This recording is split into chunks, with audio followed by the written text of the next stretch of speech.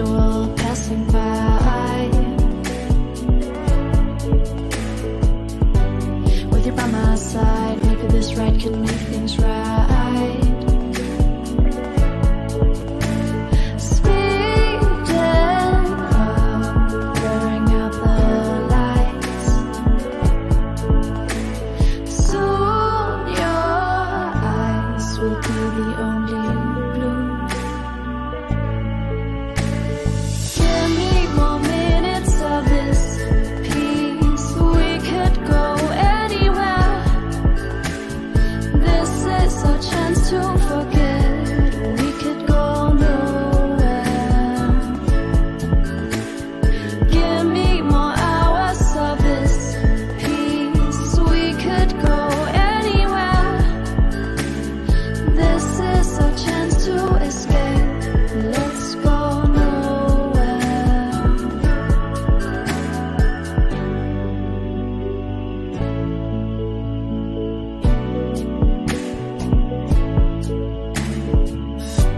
Gotta wish tonight, baby, please set your thoughts aside.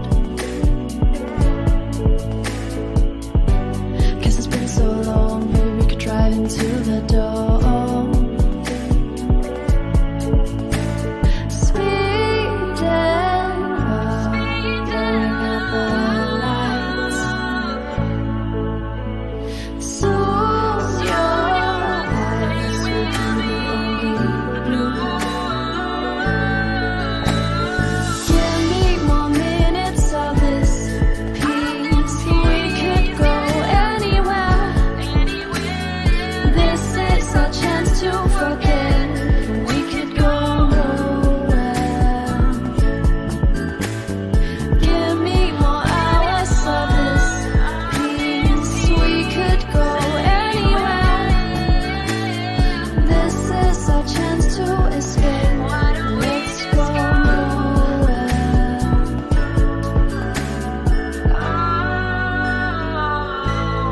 We could go nowhere.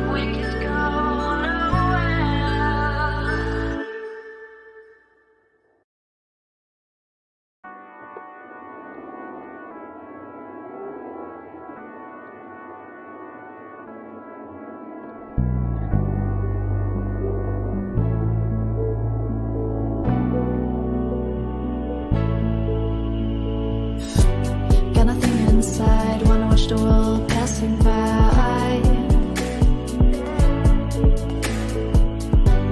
With you by my side, maybe this ride can make things right.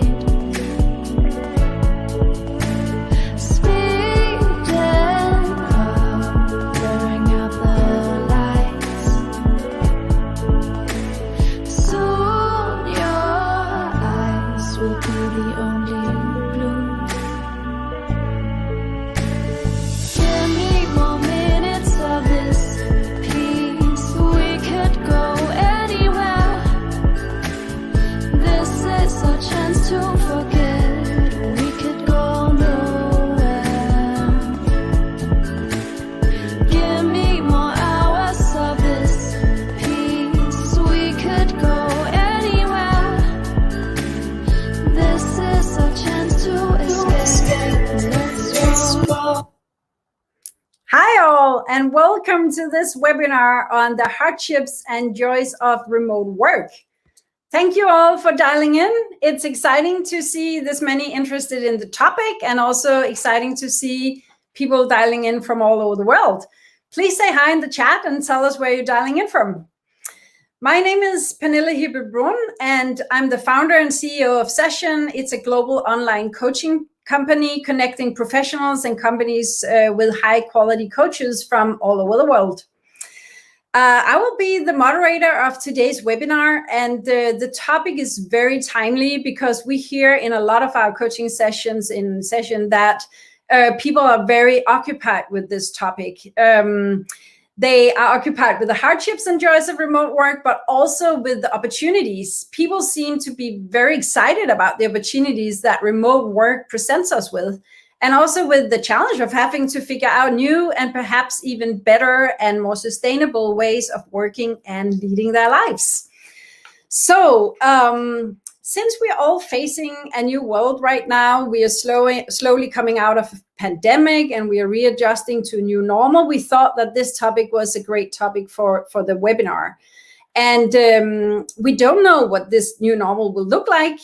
Companies are being set up as remote first companies nowadays, but we also have some companies that have been on-site first for a very long time, and they now have to readjust and figure out, is this the right way for us to have all our employees on site? Or would we actually rather have a hybrid model where some people are on site and some people are working remotely, or what's the best practice? So this is what we're going to discuss in today's panel. And also the hardships and joys of working remotely when you're sitting at home. What is it that you're presented with as an individual employee, but also as a company trying to build team culture and figuring out how to get the best out of it. So with us today to discuss this very timely topic, we have an amazing panel of people coming from different companies. We have Ditte. Please say hi, Ditte, and if we could see her here on the screen as well. Ditte is dialing in from Copenhagen, Denmark, and she is the learning and development partner at Vivino, a company which has its headquarters, I believe, in San Francisco, but also has offices all over the world. And Ditte is setting up Vivino's Learning Academy, amongst other things, where they do online training. And she's also responsible for other stuff within HR. So her experience is very great insight into this panel today, because her company are facing exactly the opportunities I was just talking about, to rethink how work is done and from where work is happening. And Vivino might not have the recipe, but they have a lot of thoughts, I know, and reflections put into this and trying to figure out what's the best solution. So we're looking forward to hearing your thoughts on this, Ditte. Then we have Tony with us. Tony is, we have Tony. Tony is the co-founder and CEO of Wizard. He is on the Forbes list of 30 under 30. And he has a background within computer science and has been working as an engineer and data scientist in several companies before founding Wizard. Wizard was a remote first company from day one. And today we're going to hear Tony's reflections on why they chose to put up or set up their company remote first from the beginning, and also what challenges and opportunities this setup are giving them. And actually, Tony is the author of a really, really great article talking about the do's and don'ts when working remote first. And I'm sure he'll share a lot of these insights from this great article with us in the panel today. Otherwise, I'll prompt you to, Tony. And also, I highly recommend that you all find his article. We'll share the link in our next newsletter and on our website as well. So go read it if you haven't already. Then we have Marcelo Levra dialing in from Portugal. Hi, Marcelo. Great to see you. And Marcelo is the CTO and co-founder of the company Remote, which some of you might have heard of. Remote is a company making global employment accessible for businesses for all sizes, dealing with anything from legal to how to do best practices when all your employees are actually remotely employed. And also making it an opportunity for companies to hire and find great workforce all over the world. And Marcelo has previously worked as a VP of engineering at Unbabel and has held several CTO positions.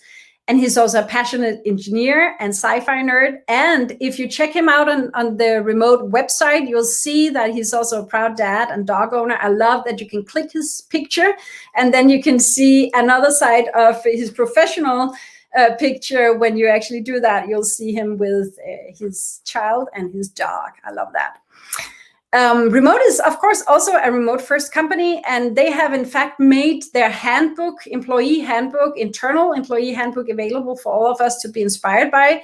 So I encourage you to go to their website and check out that handbook as well, because it's really full of tips and great inspiration for all of us who are struggling to find a way of keeping teams together. You know, how do we deal with conflicts when we don't sit there face to face? How do we keep the moral high?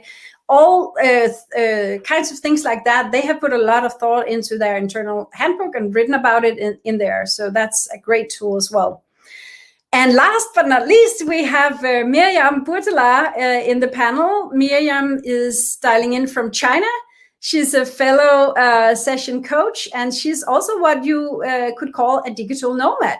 She has traveled the world. And at the same time, she has held positions as an HR consultant in places like Hiram, American Express, and Unilever. And she's currently, as I said, based out of China in Shanghai. And she has also been working from Dubai and from the Netherlands. So she's literally a world traveler and digital nomad, setting up her business wherever she finds herself in the world. So looking forward to hearing your thoughts, Miriam, on what is that like, but also based on your experience from speaking with coaching clients and what they are bringing to the table of thoughts about working remotely, but also hardships, joys, challenges, and opportunities this new way of working gives us. So without further ado, let's get started. And as I mentioned, please share comments and thoughts in the chat. And also, I would like to introduce Aske, who is helping us out today. He's in the background, but he will help us with some of the picture setting and stuff. So he's helping us from the background. Thank you, Aske, for that. I have some lightning rounds for each of you in the panel, which I would like for us to start with, just to get us started. And after that, we'll have your opening statement, each of the panel's opening statement, and then we'll get the discussion going. So I would actually like to just start with you, Marcelo. So you are dialing in from Portugal, and could you tell us just, a little bit about what's the best place to hang out in Lisboa, in your opinion? Yeah, well, many different places actually. Portugal is a pretty chill country. We have quite nice weather. By now I'm wearing only t-shirt and shorts. So you can hang out, do different things from different places. It's a small country by the sea, which means there's a lot of great beaches. We have a lot of technical infrastructure, meaning that you'll get great internet speeds everywhere. So I'm not a city person. I like the convenience of being close to a city, but I do enjoy my time at the beach. So there are a lot of great places if you like beach and sun and just relax. There are a lot of great beaches throughout the country, but especially around Lisbon, that you can just hang out and take your laptop, work, or just enjoy the sun. That's mostly what I like to escape to. Nice. Sounds like you like the beach. So it's the right place for you to be. Are you originally from there? I am from a small town up north called Aveiro, somewhere between the two most important and well-known cities in Portugal, Porto and Lisbon. So that city itself is quite close to the sea as well. So it may play a role in this. Nice. All right. And Miriam, you moved to China recently, and I'm curious to hear, what's the weirdest thing that happened to you since moving to China? Well, I guess there are many weird things that happen to you when you move to any country. I think that is always a little bit the challenge with different cultures, that we look at things in cultures that we don't always understand. I think one of the things that for me was really something I never realized is that the houses that are below the Yangtze River, so the Yangtze goes kind of across China, and the houses below that river typically come without any heating system. Now we are based near to Shanghai in Changshu, which is in winter still pretty cold. It's comparable, I think, to the Netherlands and Denmark, and it can definitely dip below the 0 degrees. Luckily, we have in our apartment a heater because it's a quite new apartment, but I'm also teaching in a nearby university for a few hours a week. And there was one morning I remember in November when I came into my classroom and all my students were dressed up. It was a cold night and they were dressed up with warm coats and gloves on and hats on. And I thought, well, that's odd. So I looked around to switch on the heater and they said, no, we don't have a heater. So I found myself teaching 3 hours of colleague in the winter, which is really getting very cold. So, I try to keep my students busy, and you keep blowing your hands, and at some point you start wearing gloves yourself and stamping your feet to stay warm. So I would say that was definitely an experience that I had not expected, but that is quite common, and people also in-house will wear coats and really warm, fuzzy coats. So that was, I think, one of the things that came to mind when you asked me that question. All right. I'm sure you have lots of other stories to tell. It's always like that when you move to another country. You see things new and from a distance, and get to see from another perspective also what's it like, and enjoy new experiences. So, yes, there are so many wonders every day, and it's exactly. Yes. All right. And Tony, you set up your company as a remote first company from the beginning, and I'm wondering what you actually do to make sure that you get to laugh in meetings. Is that even possible? How can we create some fun remotely, or do you deliberately try to do that, or what's your lightning question round for this? Yeah, we always try to have fun, of course. I mean, life is too short to be bored at the office, or bored remotely, for that matter. But so one thing that we started doing very early on is to funnelize our weekly general company meeting with something we call Story of the Week. So every week someone will be designated randomly to tell a fun fact about the world to the rest of the company. And I've been amazed to see how creative people could be. So we learn a lot. And sometimes it's random stuff about China, sometimes it's random stuff about politics. So that's the way we make sure to finalize each week on a fun note and not on a boring, strict meeting. Nice. So that's already a tip there for all of us who are working remotely. And Dide, what's the best thing you've invested in since the pandemic happened? Well, I would definitely have to say wine. Well, it goes without saying, for those of you who don't know, Vivino is, we deal in wine, in technology, of course. Technology I already had, but wine, I also had wine. And Vivino has also provided me with plenty of wine. So jokes aside, the very best thing that I have invested in since the pandemic started is actually a house. And I moved from a 3-bedroom, or not 3-bedroom, a 1-bedroom and 2-bedroom apartment with my partner and our son, who was 2 back then, and moved to the suburbs from Copenhagen, and finally have some more room.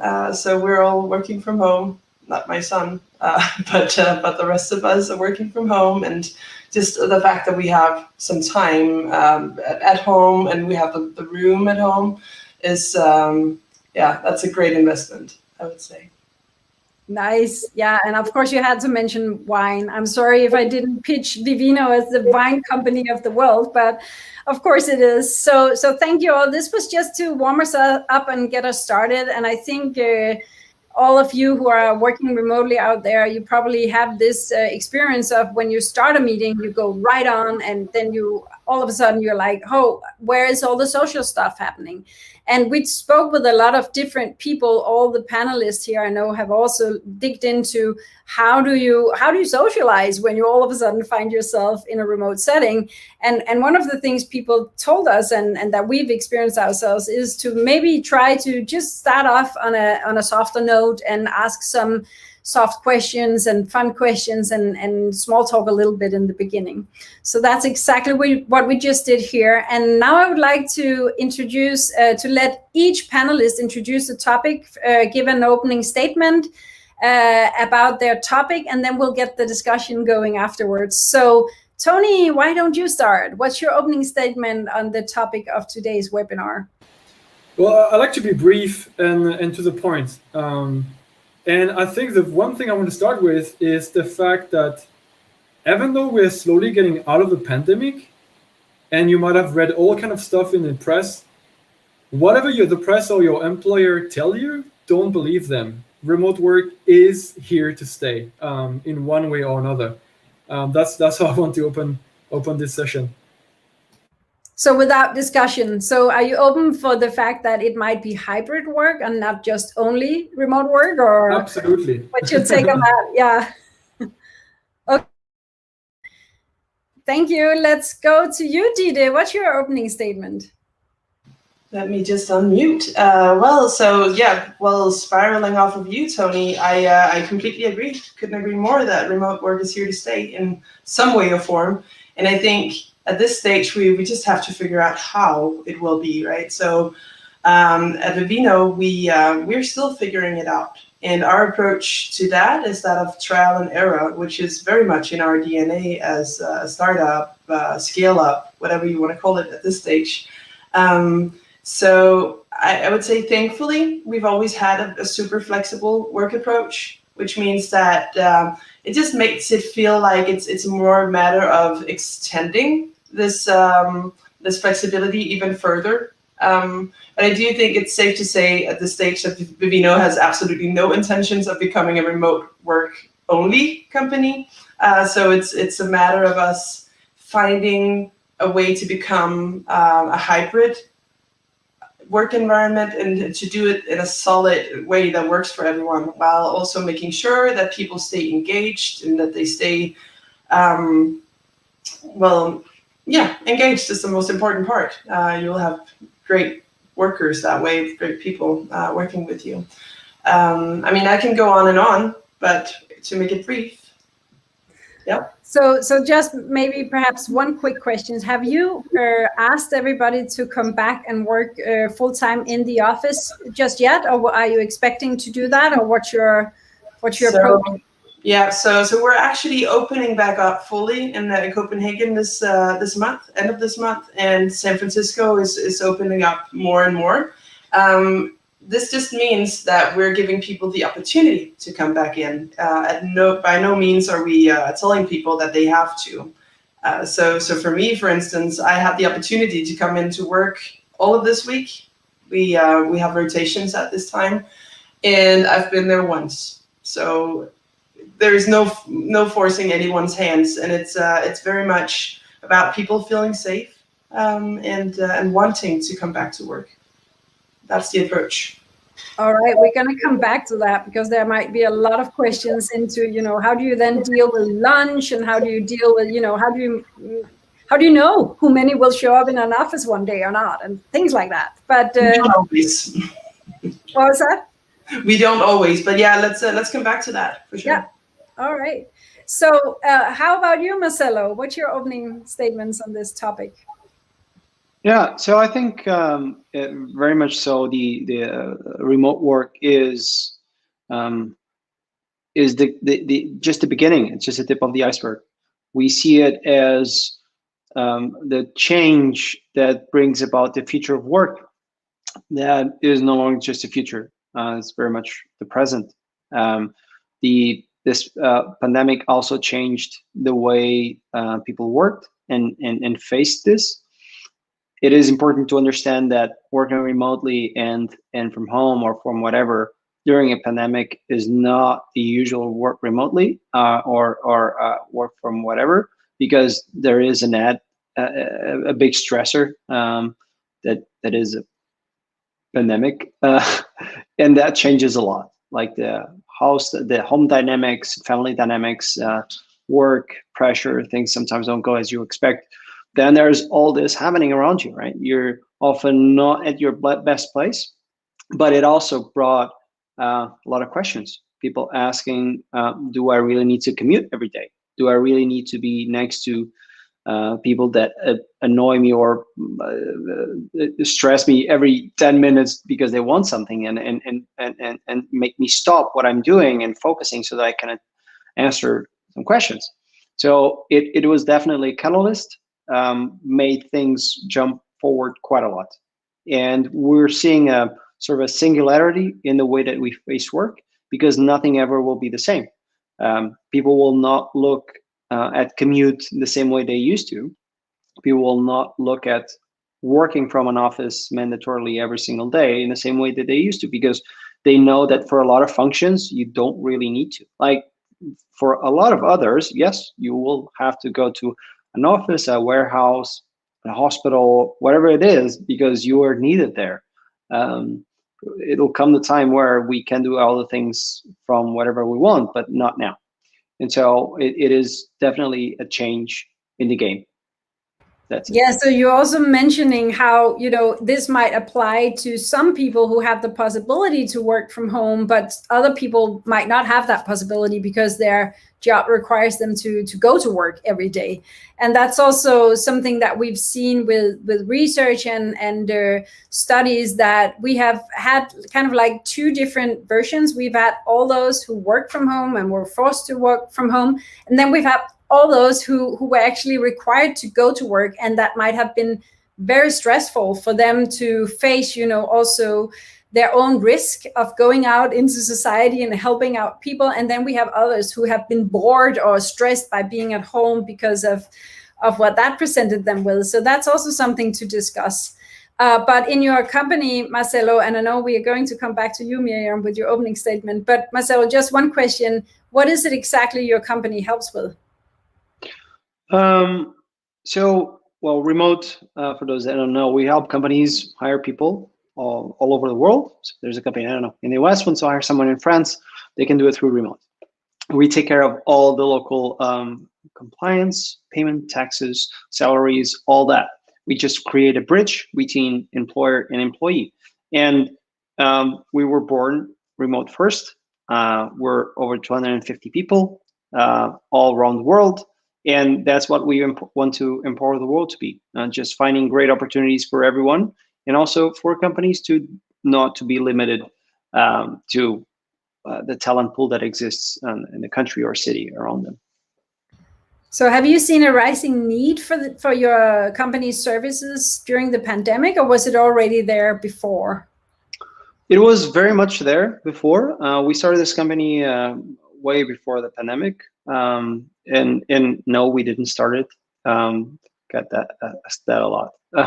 No, we didn't start it, but we saw a lot of demand for what we're building way before this started. It was insane how many companies were, because you'd think that, well, only a few big companies are doing this, or new startups are doing this. No, actually, what we realized is a lot of different companies doing that.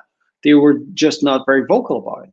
And once this started, the whole pandemic thing, well, it definitely became a catalyst for all that. We don't see the fact that a lot of companies kind of get forced into it, because I mean, you can always have the option to wait it out and then eventually go back to an office. But what we did see is that a lot of companies, given the option, saw that in many cases productivity went up, people's satisfaction and happiness in the workplace went up considerably.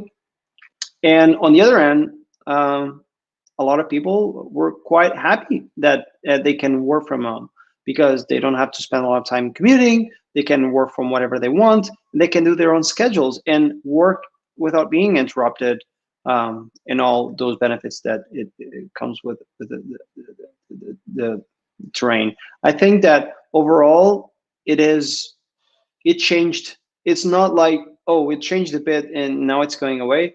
Quite the opposite. I think it's completely accelerating, I think, day by day, because a lot of companies didn't do it because they were afraid, because they maybe didn't trust their employees. They thought they didn't have enough structure to do it. There were not enough tools to keep everyone together, or that they didn't know they could do it like through companies like remote, because, well, I'm going to have to rely on contractors or freelancing, and that's not the case at all. And so everything is possible, fundamentally possible. And in most companies, we see a very positive impact from allowing people to work remotely, if not 100% of the time, at least most of the time. And that's also up to people to everyone to choose.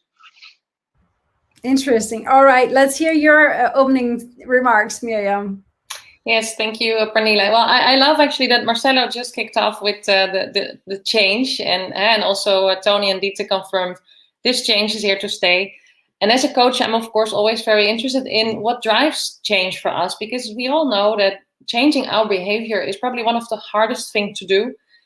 And if you had told me 3 years ago, or if we had told anyone here 3 years ago that from last year onwards we would be working remotely and people would be working from home, I think many people would have been very skeptical about the possibilities. If I look at the way we have been educating and training and coaching since the last decades, it has barely changed. We're still educating in classroom. We're training preferably in classroom. It's getting a little bit online. And coaching has been done face-to-face until last year, basically. But what I like to see is that when we get this big external force that kind of forces us to make a change in the way we work, we actually start changing our behavior too. So I think, yes, I completely agree that remote working will be here to stay. And I think the good news is that we are very capable of embracing that change and adapting our behavior. I do think it's good to have some tips and advice maybe and share experiences on what works because it is new for some. But I think it's here to stay and we can definitely manage it. Nice. So let's build on that last comment you made about the need for tips. And Tony, you made a very brief introduction, but I know you have worked a lot on figuring out what actually best practices and what works and what does not work when you're setting up your workforce for a remote working environment. Could you share with us just some of the thoughts that you and experiences you have made as a remote first company? And also perhaps why did you choose to set up your company as a remote first company from the beginning? Yeah, of course, sounds good. And yeah, if I were to share all the tips and tricks we've learned, I think we could talk for 2 hours. So, but let's just start with what you said. Like, why did we start it this way? But before I get there, I really want to just also like clear out the definition here, because I've heard remote first, I've heard hybrid, I've heard remote only during this introduction. The way we see it is that for us, remote first means a company where at least 50% of the workforce is remotely at least 50% of the time. So that means that for us as a company, whether you are hybrid, whether you are only remote, we believe the culture and everything needs to be built the same way, because it doesn't matter. At some points, as long as people are remote 50% of the time, you need to make sure you have the right structure. Why did we start it remote first? It's simply because we are 4 different co-founders and we are coming from 4 different countries. And of course, that means we want to be able to visit families and friends once in a while.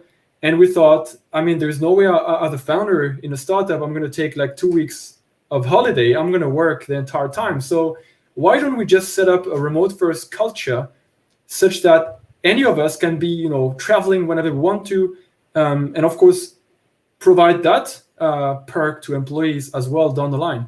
So that's why we did all the hard work to make that work when we started in 2017.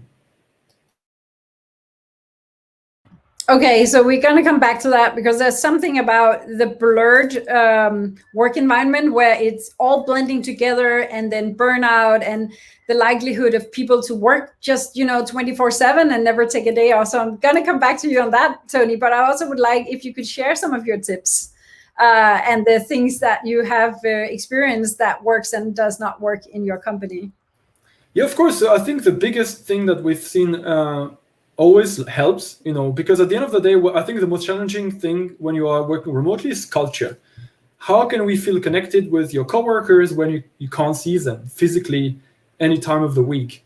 And for us, one of the simplest trick we've implemented is to just have everybody in every team have one simple phone call at 9 a.m. sharp, just to connect the dots. Often you will start the first few minutes talking about your personal life, what you did in the evening, and just a tiny 10-minute call make a massive difference in the way the rest of the day will pan out, because you know what folks have been doing the day before. You get to connect on what's challenging and how can we solve it for the next day. So it's simple things, right? I think the tricks that we've learned are really obvious in retrospect.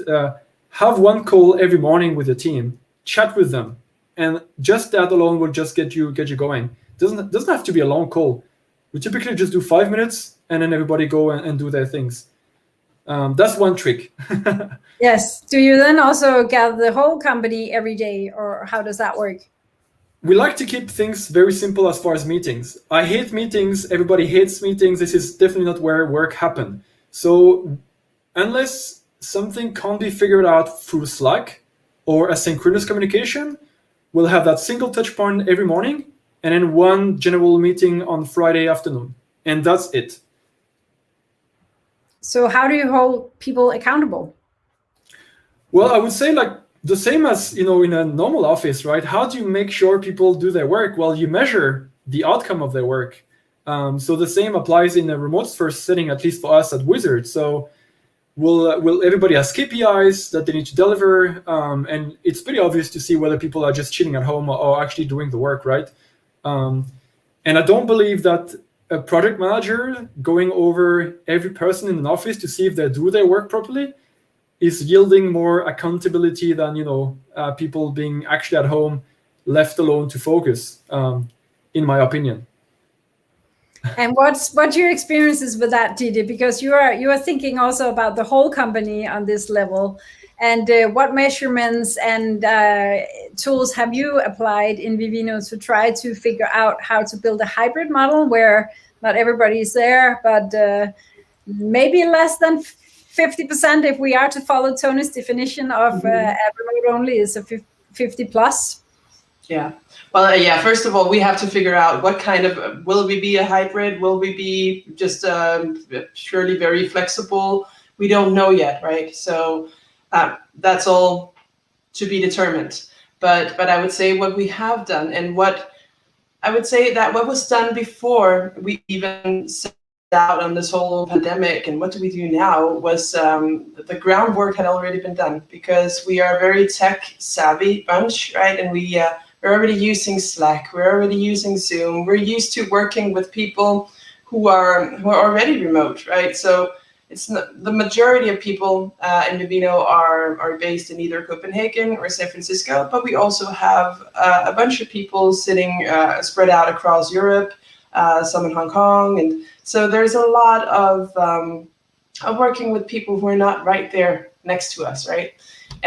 So we had already like a pretty good feel of how to do that. But one of the things that changed really rapidly once we had to do everything from home was, well, everyone turned on their camera. That was one instant that I saw that. I mean, this instantly changed. So whenever people had a meeting, that camera was on, and I thought that was really great for a long period of time.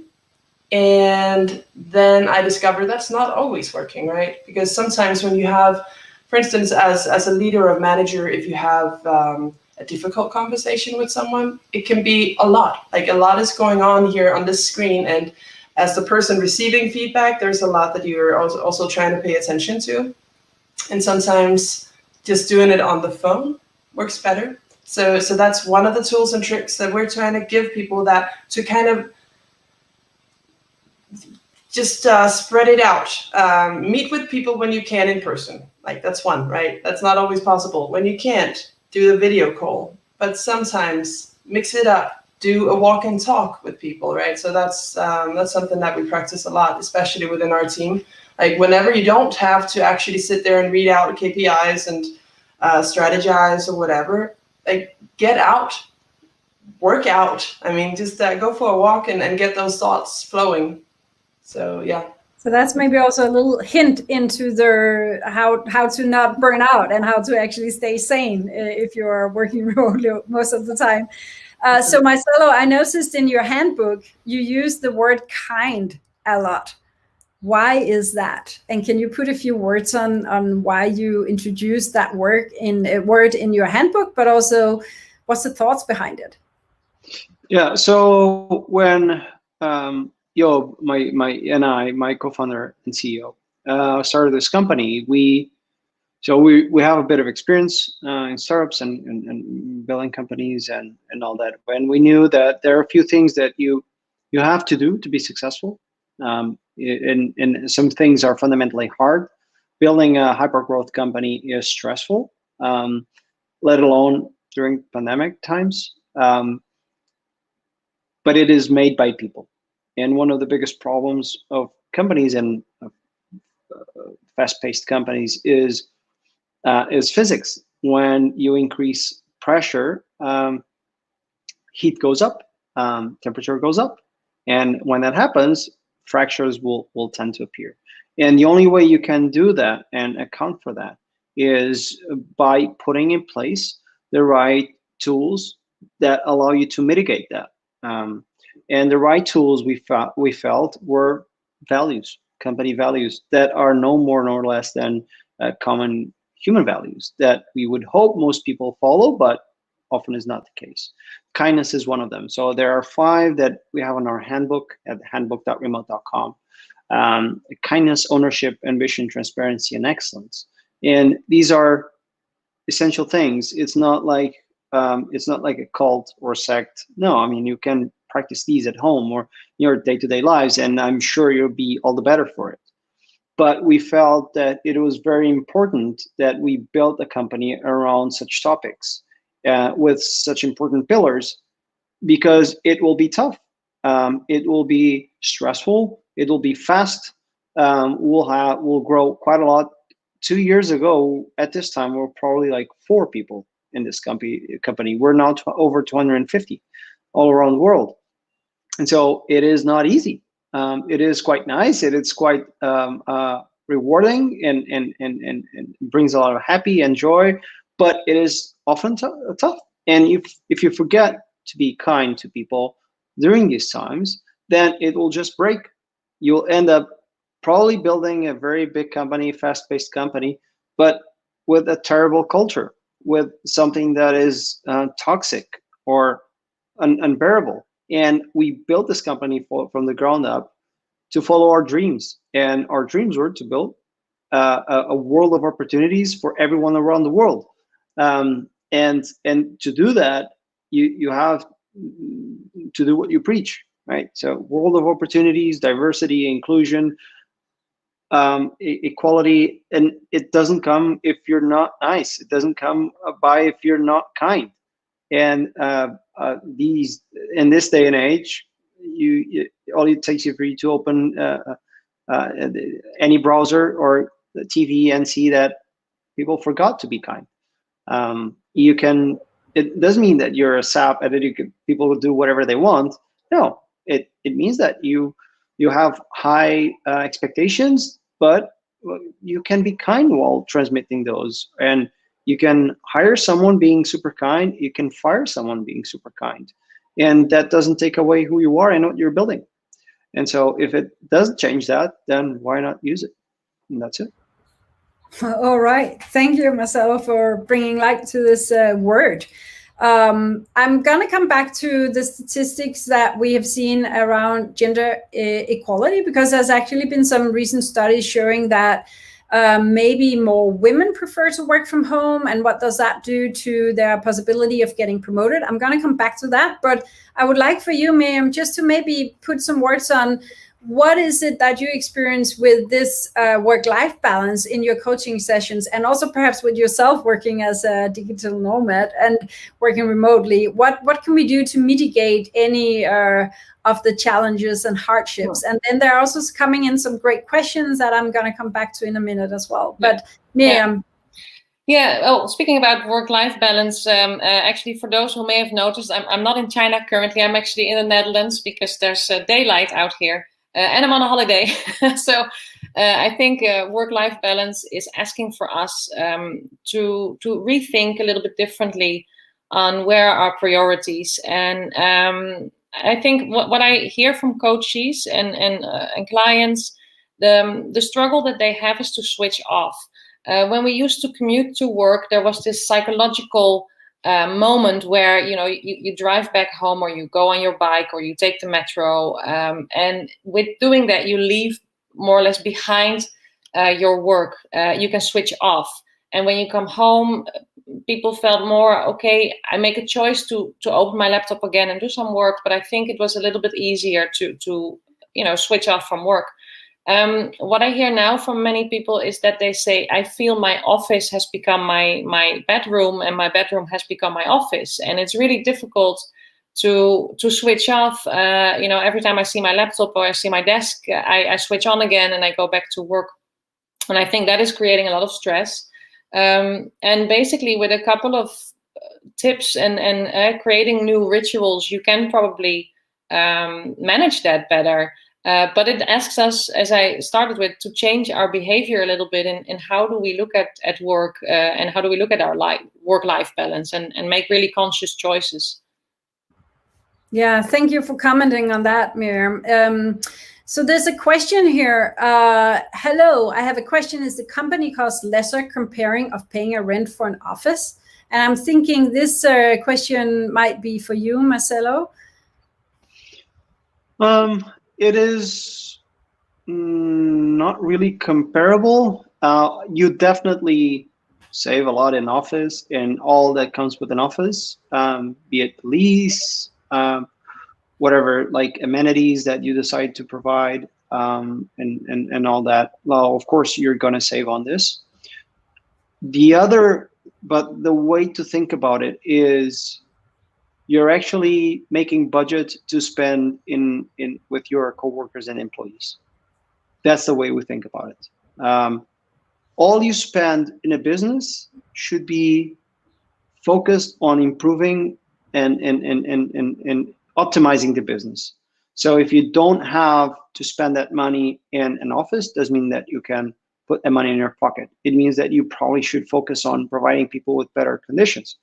A good working station, a good desk, a good chair, a good computer, good camera, good headphones, some online coaching or whatever works for them. And it also is expensive. So you will in some cities, like if your target cities like San Francisco, New York, London, you'll probably save a lot of money. That's for sure. But you have to think about it as I'm going to be able to spend more money in and with my employees.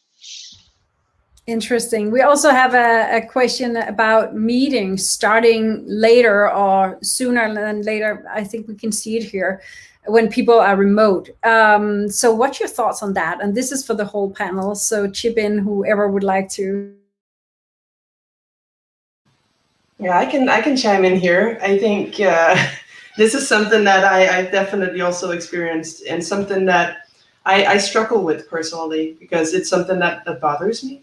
And knowing that this is my thing, but it's also one of the things that we're actually actively looking at in people and culture within Vivino to figure out, like, how do we ensure that at least the technology is there so that people don't have to scramble to, let's say that you're 2 people in the office and you're 3 people dialing in from home. And the 2 people at the office shouldn't have to figure out, like, oh, how do I connect to that screen or to this microphone, to make it so basically to make some very practical installations that will make it easy for people to jump right in. But then, of course, a part of it has to do with culture and just making sure that people know that there's some annoyance in waiting and having to wait here and having to listen to all the scrambling that's going on. Yeah, this is speaking from personal experience, but definitely also as a topic that we have discussed on several occasions. Well, if I can pitch in actually. Yeah, sure. So what we did to avoid to also like put everything on the same level, because we've been remote like way before COVID, is that even if there is 5 people in the office and there is a meeting with people not in the office, everybody need to join the meeting on their own laptop individually, so that there is no weird imbalance between the people in the office chit-chatting, getting late, and then there are other people waiting for them.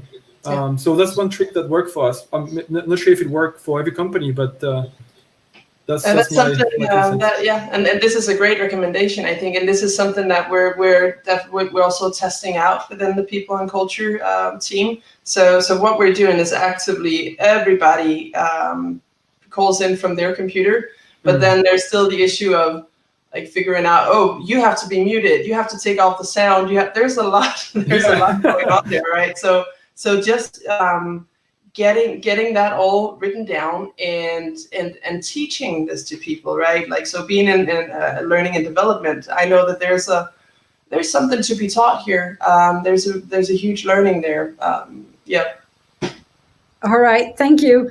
Let's bring in some statistics here, because I want to hear your thoughts on the fact that 70% of companies, firms plan to move to some form of hybrid work. A recent study from HBR shows. And 32% say of individuals asked that they would actually never want to return to an office. This is, however, often working parents living in the suburbs stating this, and 21% never want to spend another day working from home. They would rather go to the office because there might be noise, there might be, whatever else going on at home, and they like the socializing of an office work. And also, we see that in-person and remote employees will have unequal experiences of work, just like you just mentioned, that it might lead to an in-group or work from home out-group. And then also that hybrid work, let me put it up here, might pose a real threat to gender equality. So Marcelo, I would like for you to comment on this, because you were talking about equality and leveling the playing field and actually making this possible for everyone and building on that. But among college grads with young children, women want to work from home full-time more than men do. And what is this doing to gender equality? And also work from home employees then have a lower chance of getting promoted, perhaps, because at least some studies are showing that. What's your thoughts on that? And I would maybe like for you, Marcelo, to start commenting on this, and then the rest of the panel can chip in.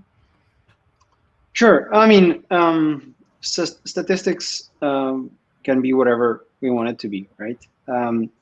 Now, what we do see in practice, and that's all I can refer to, is there's always people that prefer an office, right? We're all different. Human beings are social. We depend on each other to strive and to survive. We depend on our pack somehow. A lot of people are the opposite. They prefer not to mingle a lot. They prefer to be on their own and to execute. There's space for everyone. We do see that a lot of people, I've seen all different kinds of percentages all over the place.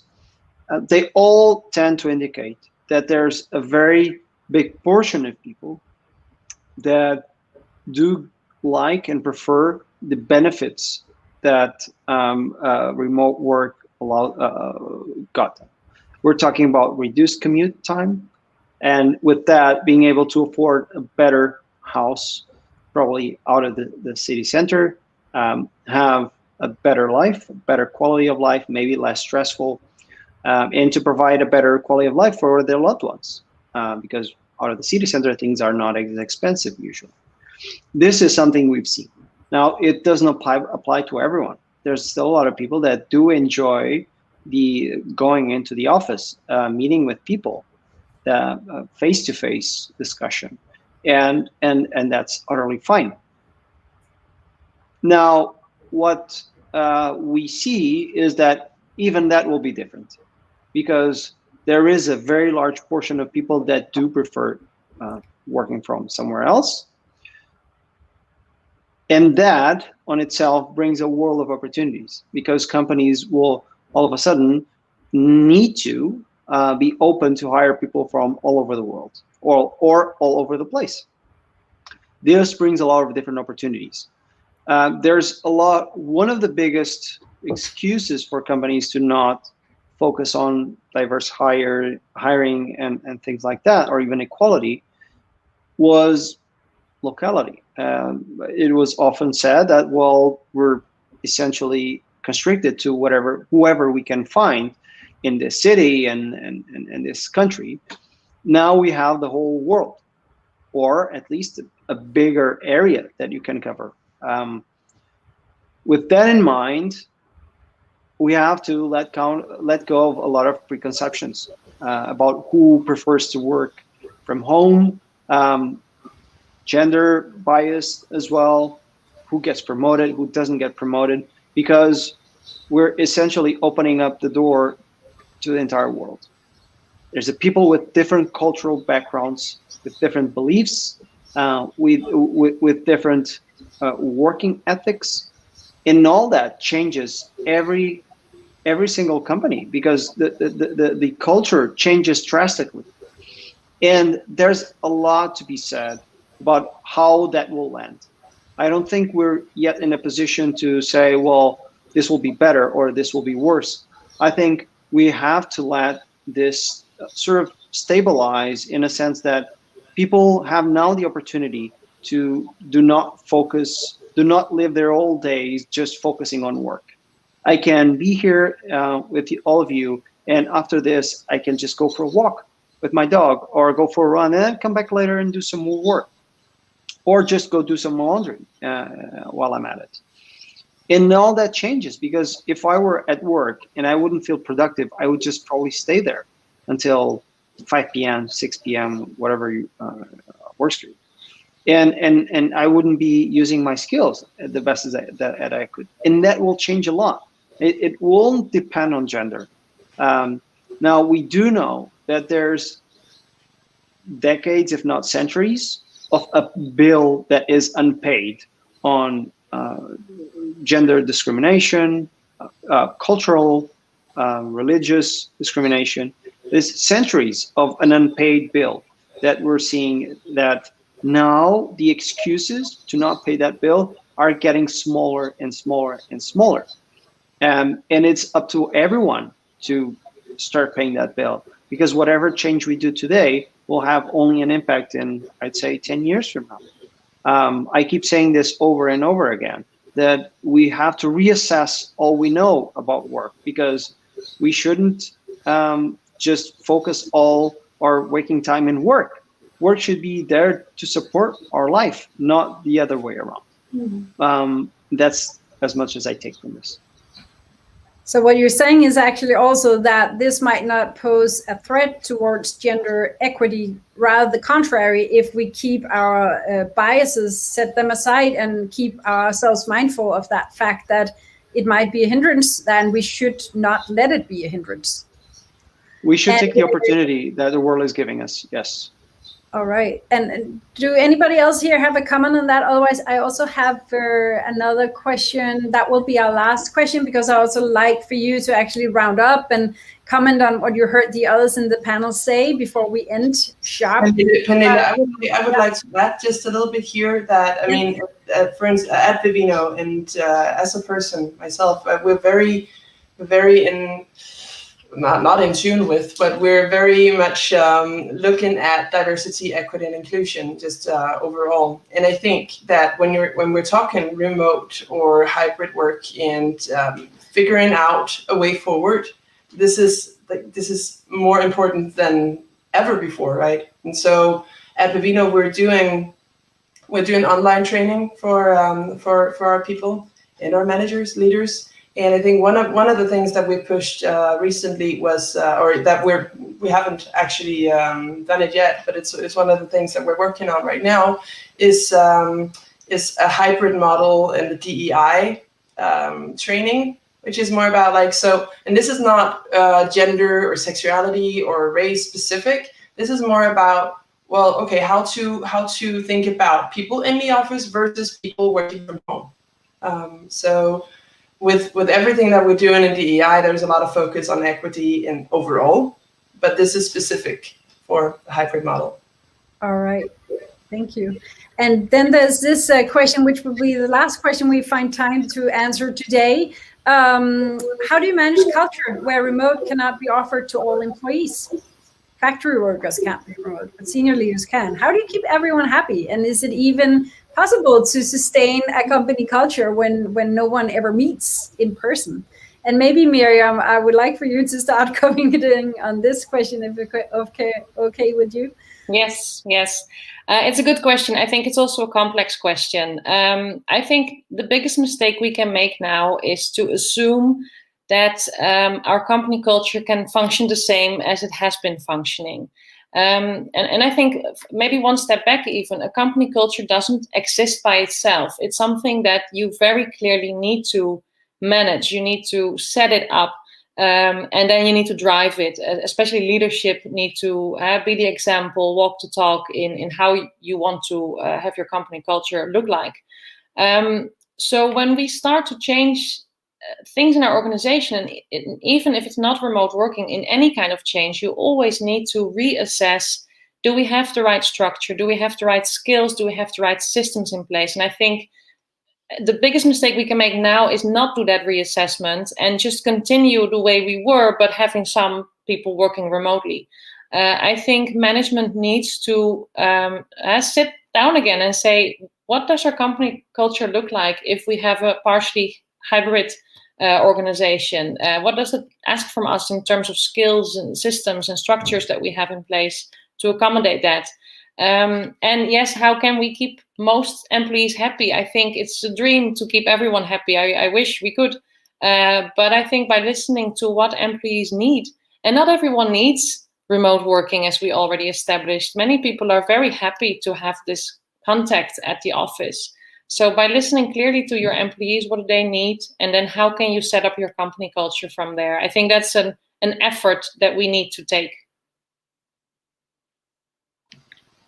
It also might be something for us to further discuss, because should people always get the final say when it is about company culture, or should you actually maybe tell people this is the way it works, and then people will be attracted to working for you if that's what they like. So there are many different takes on this and ways we can deal with it.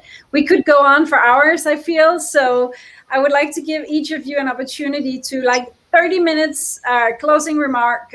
Tony, why don't you start?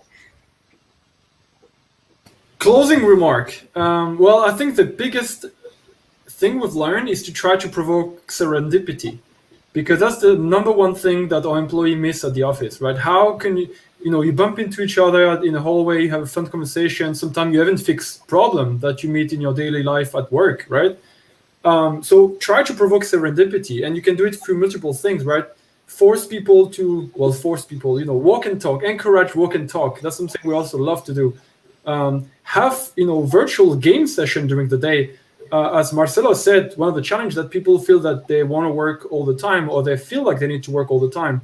So take off some hours during the week and let's say meet online, have a game, have a drink. Serendipity, again, I solved so many problems in the company. This is really some of the moment where creativity shines. So have fun, because as Marcelo was also saying, work shouldn't be dictating your lives. You should have fun at work as much as you possibly can. Thank you. I think that was a little more than 30 seconds, but very valuable. So thank Sorry you, about Tony. And how about you, Dieter? Can you keep it to 30 seconds, you think? Oh, it's hard, right? But yeah, overall, I would say that it's about enabling people, enabling managers and leaders to do the best under whatever circumstances we end up shoving down, right, in their throats. So, I think it's much about listening to what they're saying, but to your point, we also have to figure out what works for us. Thank you. All right. And Marcelo, what's your closing remarks? Just focusing on making yourself happier and the world a better place. That's it. All right. Thank you. That was short and sweet. Miriam, you get the final word. Yes. I think what we see is that many companies are trying to find answers to this. And I would say, accept that this is a new something we need to learn. And ask for the help that you need. It can be maybe training, it can be seeking best experience from other companies, it can be coaching. But I think as leaders, accept that this is new and that we can only learn how to do this by sharing experience like this webinar. All right. Thank you so much. And thank you to the whole panel for joining in. We'll share the recording afterwards. And stay tuned for more tips and tricks on remote work. Thank you so much for participating. Bye-bye, everybody. This was a great experience.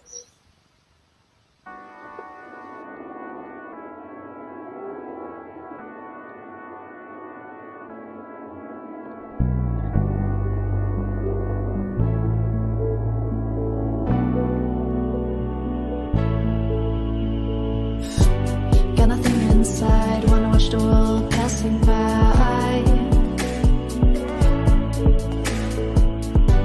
With you by my side, maybe this ride could make things right.